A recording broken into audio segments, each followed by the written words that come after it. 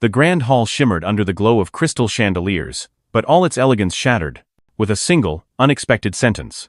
"I choose Maya. I want her to be my mother," Lily's clear voice rang out, silencing the polite chatter in an instant. Every guest turned, eyes narrowing or widening in disbelief. Her small finger pointed past 3 impeccably dressed women toward Maya, the young black maid in a Navy uniform who had just entered, carrying a cleaning tray. Michael Harrington's face hardened, his voice booming through the hall. "No, Lily. That filthy black maid will never be allowed to be your mother." The words, sharp and unforgiving, cut through the air. A ripple of gasps followed, but Michael's gaze remained locked on Maya, whose steps faltered at the doorway.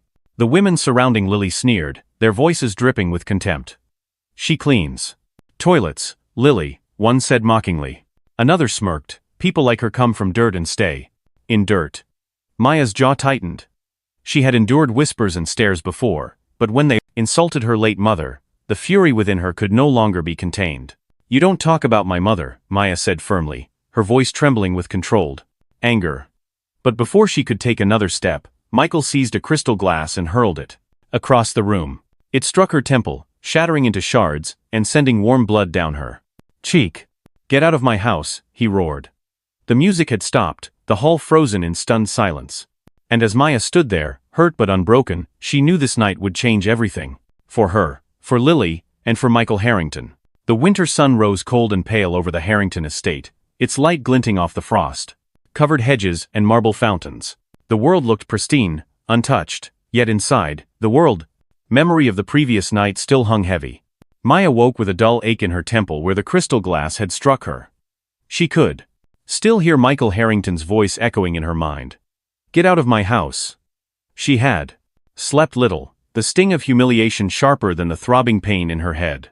Still, her thoughts were not on herself, but on Lily, the little girl whose tear-streaked face had burned itself into her memory. Lily, for her part, had barely slept at all. The 10-year-old had cried herself into a restless haze, clutching her pillow as if it might keep the night's events from slipping away. When the first light crept into her room, she dressed slowly and wandered down the back stairs, avoiding the grand hall entirely. By mid-morning, the estate was unusually quiet. The household staff went about their duties with hushed voices, avoiding eye contact with Maya. She was in the laundry room, folding linens to distract herself. When the wind carried a faint sound, laughter, then silence, then a sharp cry. Her heart seized. It wasn't the playful squeal of a child at play. It was sharp, frightened, and it was coming from outside. Without thinking, Maya dropped the linens and ran through the B-stash service door toward the gardens. The January air hit her like a wall of ice, but she didn't slow. Across the manicured lawn, near the far pond, she caught sight of a small figure in a pale blue coat struggling on the frozen surface. "Lily," Maya shouted, her voice breaking. The girl turned at the sound, and in that instant, her boot slipped. There was a sickening crack, a splash, and Lily disappeared beneath the thin ice. The world narrowed to a single point. Maya didn't feel the cold anymore. She didn't feel anything but the raw, urgent need to reach her. She sprinted across the lawn, her boots pounding against the frozen ground, and dove into the pond without a moment's hesitation. The icy water stole her breath in an instant. Needles of cold stabbed at her skin, but she forced her arms to move, forcing herself toward the frantic motion beneath the broken ice. She could just make out Lily's pale face, eyes wide with panic, small hands clawing at nothing. "Hold on, baby, I've got you." Her voice came out hoarse, nearly swallowed by the water, but she pushed forward. Her fingers closed around Lily's coat, and she hauled the girl upward, breaking through the jagged edge of ice. The cold was merciless. Every movement felt like dragging a weight through cement, but she kicked hard, pulling Lily with every ounce of strength she had. Her own lungs burned, her muscles screamed, but all she thought was, not her. Please, not her. By the time she reached the bank, her arms felt like lead. She heaved Lily onto the frozen grass, then scrambled out beside her, wrapping her in her own soaked coat without a thought for herself. "It's okay, you're okay," Maya murmured, pressing the shivering child to her chest. "Breathe. Sweetheart, just breathe." Footsteps pounded across the lawn.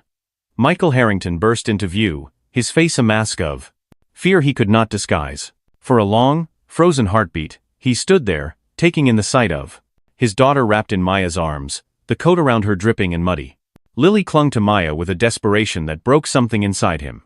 He dropped to his knees beside them, his voice cracking. Lily. My God.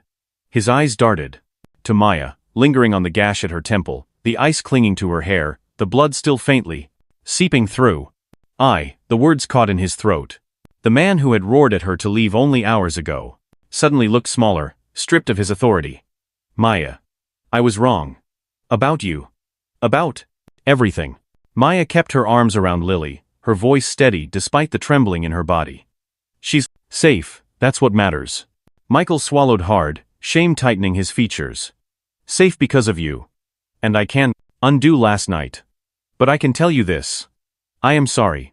For the words. For the glass. For the way I treated you.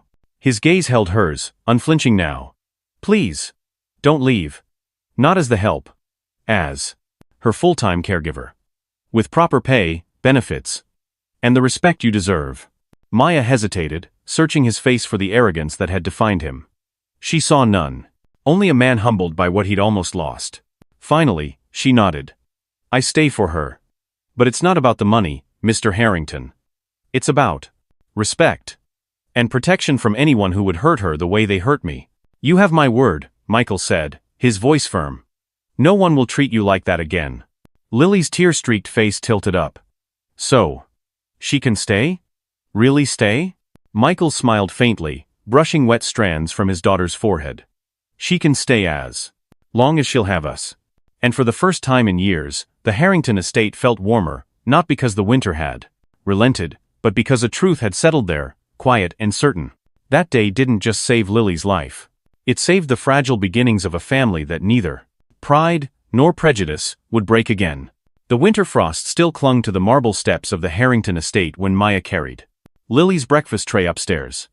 It had been 3 days since the pond rescue, and though the tension between her and Michael had thawed, the world outside the estate walls was far less forgiving. That morning, Lily was all smiles, chattering about a story they were reading together in the library. But downstairs, trouble was already making its way to the front door. Maya had just returned the tray to the kitchen when she heard the butler's voice at the entry. Hall polite but tense. Curious, she stepped into the corridor and froze. Standing inside, framed by the grand doorway, were 3 women she recognized instantly. The very same. Women from the gala, draped in designer coats, dripping with the confidence of old money and old grudges. Michael appeared from the opposite hall, his expression tightening at the sight of them. We came to make peace, said the blonde in silver, her tone syrupy, but her eyes glinting with amusement. After all, the press is buzzing, and we thought we could help you control the story. The brunette in emerald let her gaze slide over to Maya, lingering with a smirk. And perhaps remind you that not everyone is thrilled about your new arrangement. Maya's hands curled at her sides, but she said nothing. The tallest of the 3, wrapped in crimson silk, stepped forward with a smile that felt more like a blade. Let's be honest, Michael. You can dress her up, but she's still what she is. Do you really think the other CEOs will let their children play with Lily, when her mother figure is a woman who used to scrub their floors? People like her, she added with deliberate venom, come from nothing and drag you down with them, just like her mother did. The insult struck deeper than the cold air. Maya's heart pounded, not for herself, but for the memory of the woman who had worked herself to exhaustion so her daughter could stand tall. Her voice came low, steady, but rising with force.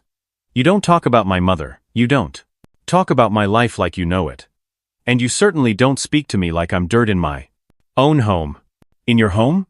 The blonde laughed, tilting her head. Careful, darling. You're just an employee. Enough. Michael's voice cut through the air like a whip. He stepped between Maya and the women, his shoulders squared, his eyes cold. You've made your point. Now you can leave. Michael, we're just trying to. You're trying to stir trouble, he snapped. And I won't have it. Maya is part of this family. Now. If you can't respect that, you're not welcome here. For the first time, the 3 women faltered. The one in crimson gave Maya a final look of disdain before turning on her heel. This won't last, she muttered as they swept out into the frost. The silence that followed was heavy. Michael turned to Maya. I'm sorry you had to hear that. Again. I've heard worse, Maya said quietly, moving toward the kitchen. But when she reached for the knife to chop vegetables, her hands shook. That evening at dinner, Lily noticed her quietness. What happened today? She asked. Her voice soft. Just some people who don't understand, Maya said gently. Nothing for you to worry about. Lily frowned. If they don't understand, then they're the ones with the problem, not us. Across the table, Michael caught Maya's eye. The clarity in Lily's words struck him, how easily a child could cut through the noise of adult pride and prejudice. The next morning, he called Patricia Crane, his PR consultant. I want to hold a small press conference at the estate, he said. Patricia hesitated. Michael, that's bold. You're going to make enemies in certain circles. I already have, he replied. I'd rather have the right enemies. 2 days later, the East Lawn was transformed. Rows of chairs stood in neat lines before a small podium. Journalists, photographers, and camera crews gathered, their breath visible in the crisp air. Inside, Maya stood with Lily at the edge of the room, her hands resting on the girl's shoulders as they watched Michael step forward. When he spoke, his voice was steady, each word deliberate. Many of you know about the incident at the gala, and about the events that followed. There has been speculation, gossip, and frankly, prejudice. I'm here to put that to rest. Maya William is not the help. She is family. She is the person my daughter trusts most in the world. And she has saved Lily's life, not just once, but in ways that don't make headlines. She will remain in this home as Lily's full-time caregiver, with my full support and respect. The clicking of cameras was deafening. A few reporters shouted questions, but Michael raised his hand. That's all I have to say. Those who can't accept it are free to walk away from my life. From the sidelines, Maya felt a swirl of emotions, pride, relief, and a cautious hope. She glanced at Michael, who gave her a small, almost private nod, before turning to lead Lily back inside. Later that night, the three of them sat together in the smaller dining room. It was the first time in years Michael had joined Lily for a weekday meal. The roasted chicken and vegetables sat between them, the warm lamplight softening the edges of the day. Michael cleared his throat. Lily, I need you to hear this from me. I'm sorry for last night. For the way I treated Maya, and for not seeing what you were trying to tell me. Maya is staying here, not just to work, but because she belongs here. Because she's family. Lily's face lit up. She squeezed Maya's hand. I knew you'd see it. Maya smiled faintly, though her eyes glistened. Thank you, Michael. Michael, he corrected gently. Not Mr. Harrington. Not here. They ate in a comfortable silence after that, the kind that didn't need filling. Outside, the city's lights glittered in the distance. But for once, the world inside the Harrington estate felt warmer than anything beyond its gates. For Maya, the press conference had been more than a public defense, it was a declaration. And though she knew the whispers would continue in certain corners of the city, she also knew this. The people who truly mattered had chosen their side. And they had chosen her. The press conference had barely cooled in the public's memory when the first shadow fell over the Harrington estate. At first, it was subtle, a strange headline here, an unflattering comment buried in a gossip column there. Maya brushed it off, telling herself it was just the remnants of prejudice stirred up by Michael's public stand. But within days, the trickle became a steady stream. Online forums buzzed with speculation about her real motives. Anonymous sources whispered to reporters that she had planned her closeness to the Harrington family from the planned her closeness the moment she stepped into the house.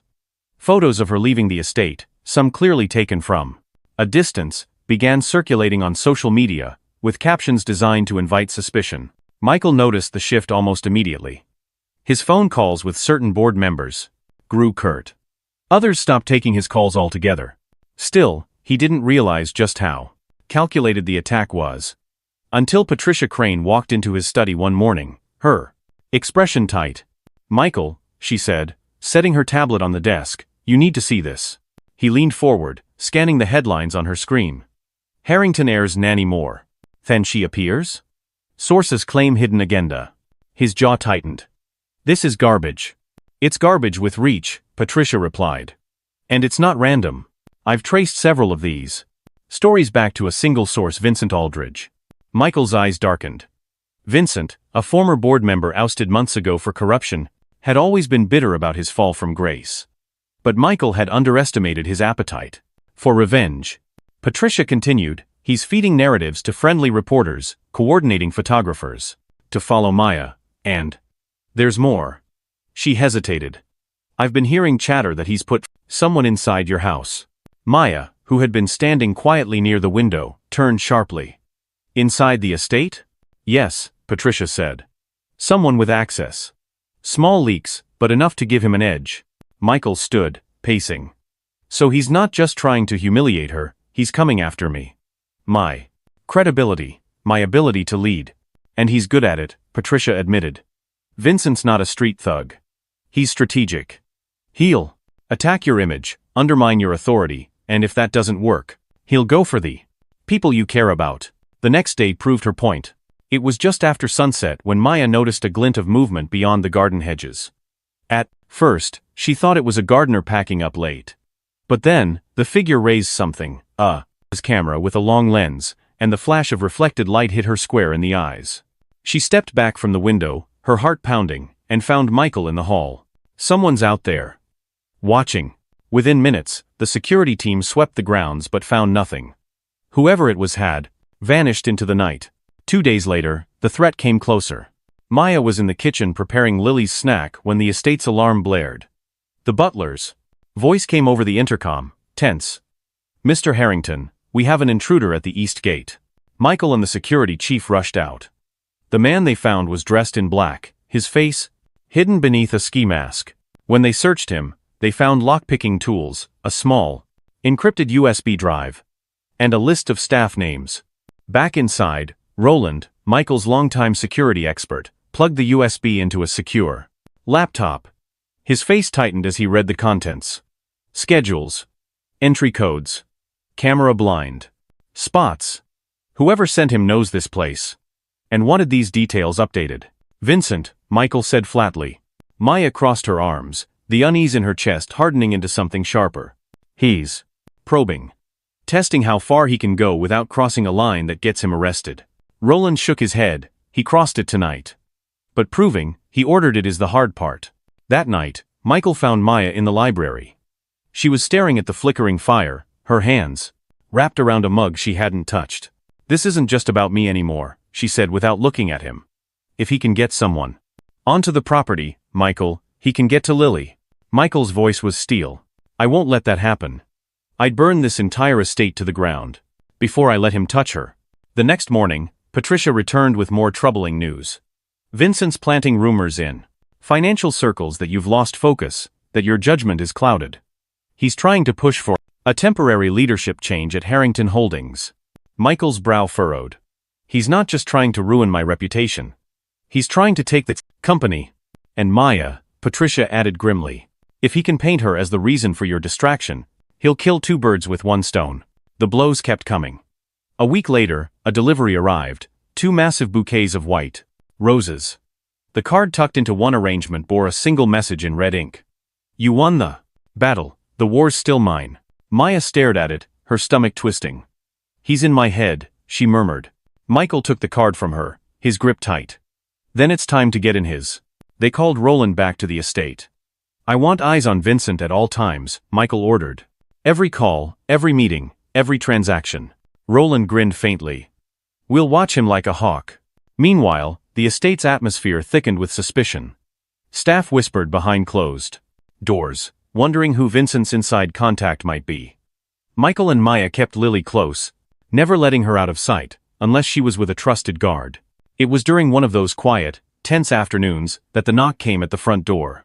The butler opened it to reveal a woman in her early 40s, her coat dusted with snow.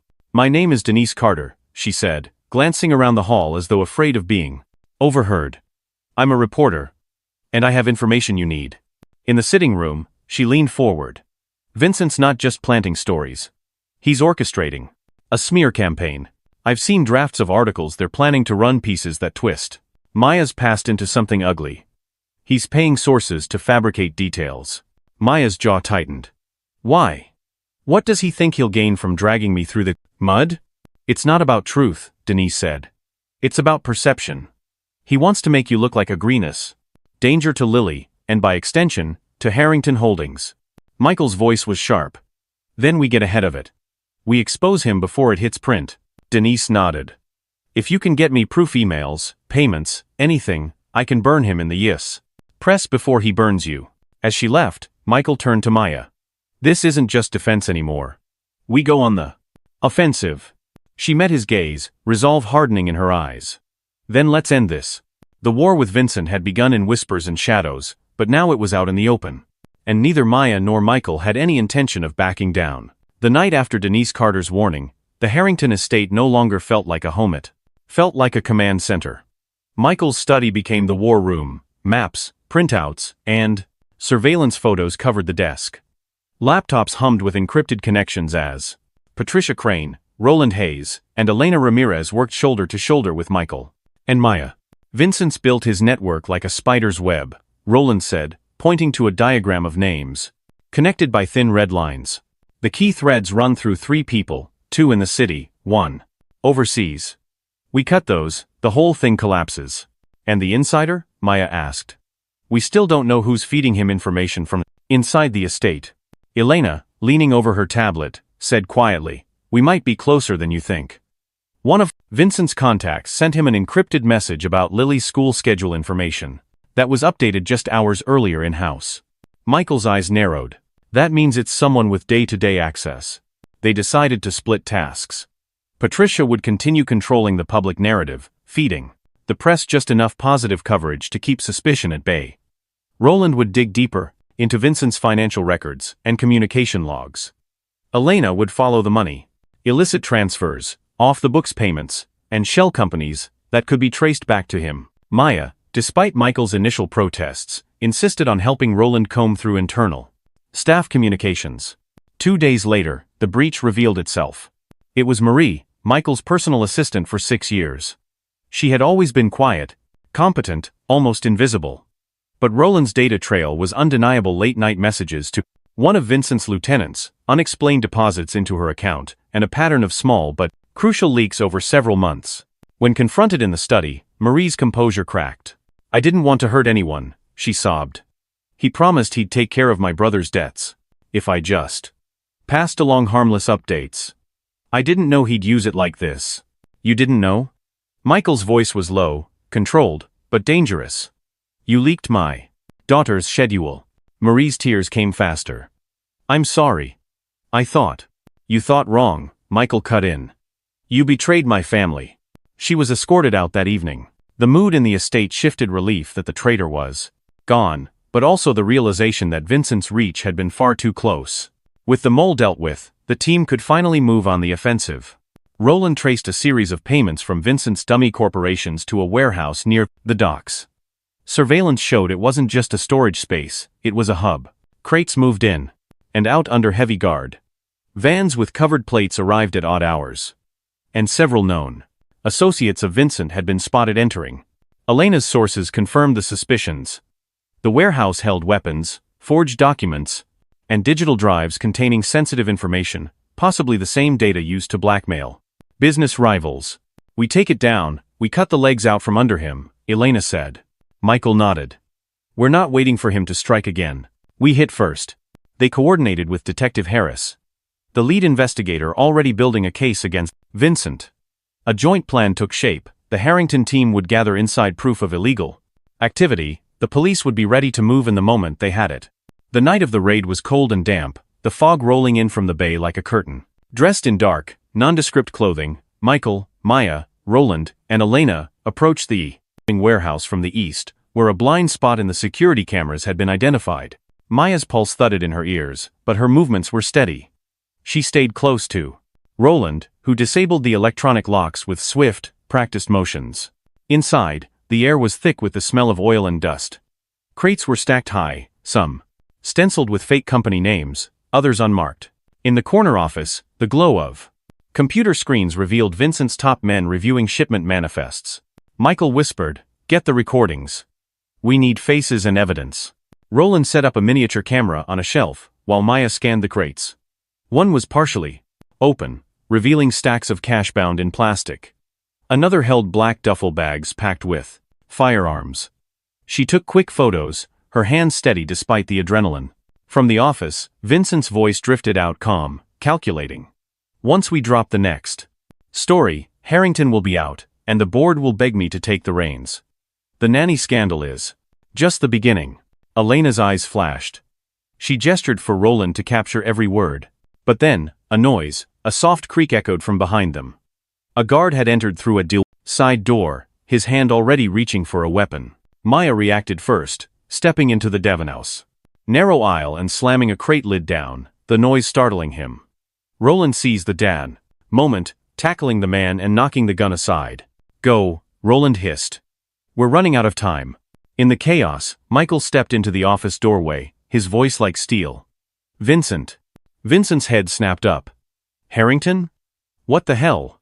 You're done, Michael said. Police are on their way. For a split second, Vincent's composure faltered. Then he bolted toward the back exit. Michael started after him, but Elena caught his arm. Let him run. We have enough to bury him. Sirens wailed in the distance, growing louder until red and blue lights painted the fog. Officers stormed in, shouting commands, cuffing Vincent's men, cataloging evidence. Detective Harris met Michael's eyes and gave a curt nod. This is enough to take him down. Hard. Back at the estate hours later, exhaustion hung over the group like a heavy coat. Maya sank into an armchair by the fire, her hair damp from the fog. Michael handed her a glass of water. You didn't have to be there, he said quietly. Yes, I did, she replied, meeting his gaze. This was about Lily. About making sure he can't ever touch her life again. Roland dropped onto the sofa opposite them, a rare grin breaking through his usual stoicism. With the evidence we've got, his network's finished. The rest will crumble without him. Holding it together. Patricia, who had stayed behind to monitor the media, entered with her phone in hand. The first headlines are out. Vincent Aldridge, arrested in connection with weapons trafficking, fraud, and conspiracy. His name is poison now. Michael exhaled slowly. Then we've taken back the ground we lost.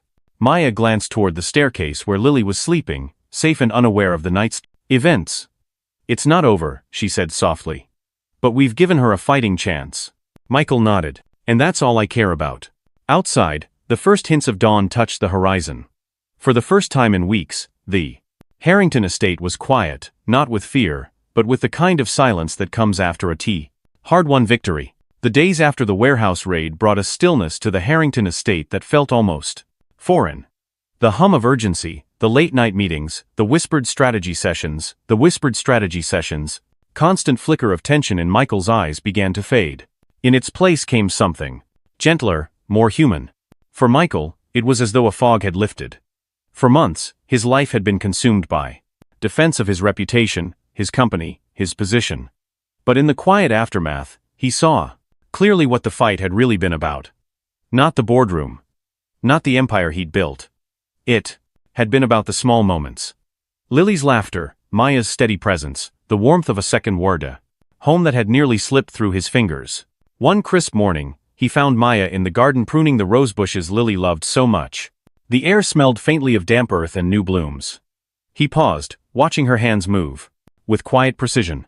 May I join you? He asked, his voice softer than she was used to hearing. She glanced up, a smile tugging at her lips. Of course. They worked in silence for a while, the only sounds the snip of shears and the distant trill of a bird. Then Michael spoke, his tone carrying a weight that made her look up. I owe you an apology. Not just for the night of the gala, but for everything that came after. For doubting you. For letting my pride blind me to what really mattered. Maya's eyes softened. You've already proven more than words could. You fought for me. For us. He nodded, swallowing the lump in his throat. You've been the strength this family needed. I want you to know you're more than Lily's caregiver. Your family. Her answer was quiet, but sure. That means more than you know. Inside, the changes were just as profound. Michael began carving out time every day to be with Lily, not as a duty, but as a joy. He read to her in the library, walked with her in the winter garden, and even learned how to braid her hair after she teased him into trying. For Lily, the shift was transformative. The little girl who had once clung to Maya in fear now ran through the halls with a lightness in her step. She still sought Maya's comfort, curling up beside her during rainy afternoons, but she also reached for her father more often, her trust in him slowly mending. One evening, after dinner, Lily surprised them both by tugging at Michael's hand.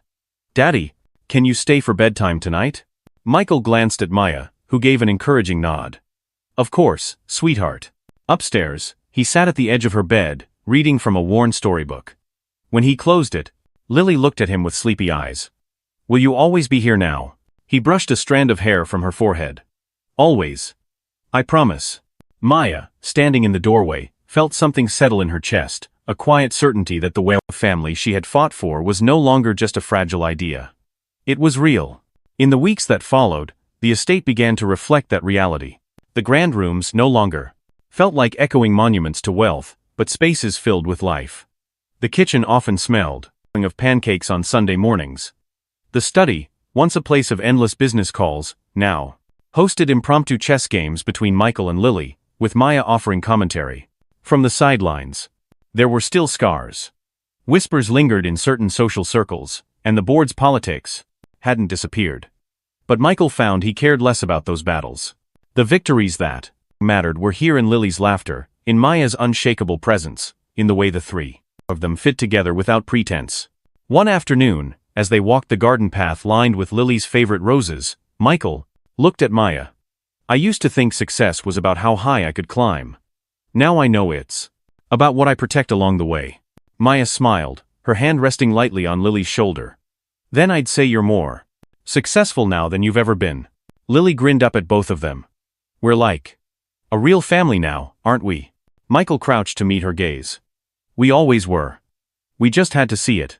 And as the winter sun dipped low, casting the estate in a warm golden glow, the Harrington family, fragile once, but no longer, walked on together, their steps in quiet rhythm. Storms had passed, but the bond they had forged in their wake was stronger than anything that had come before.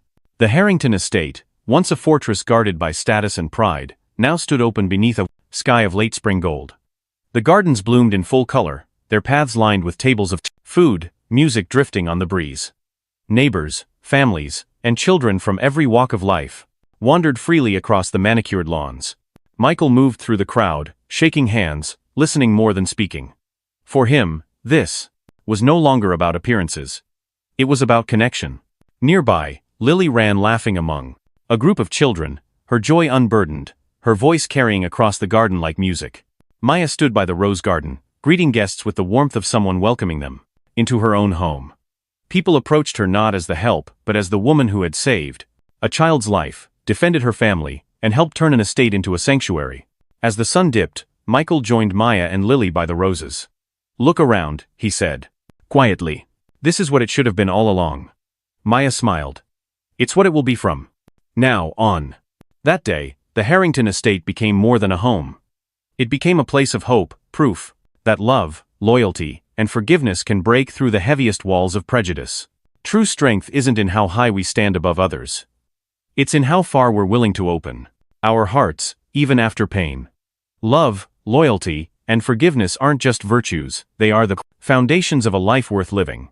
If this story moved you, share your thoughts in the comments. Like this video to spread its message. Subscribe so you never miss another story of courage, justice, and hope.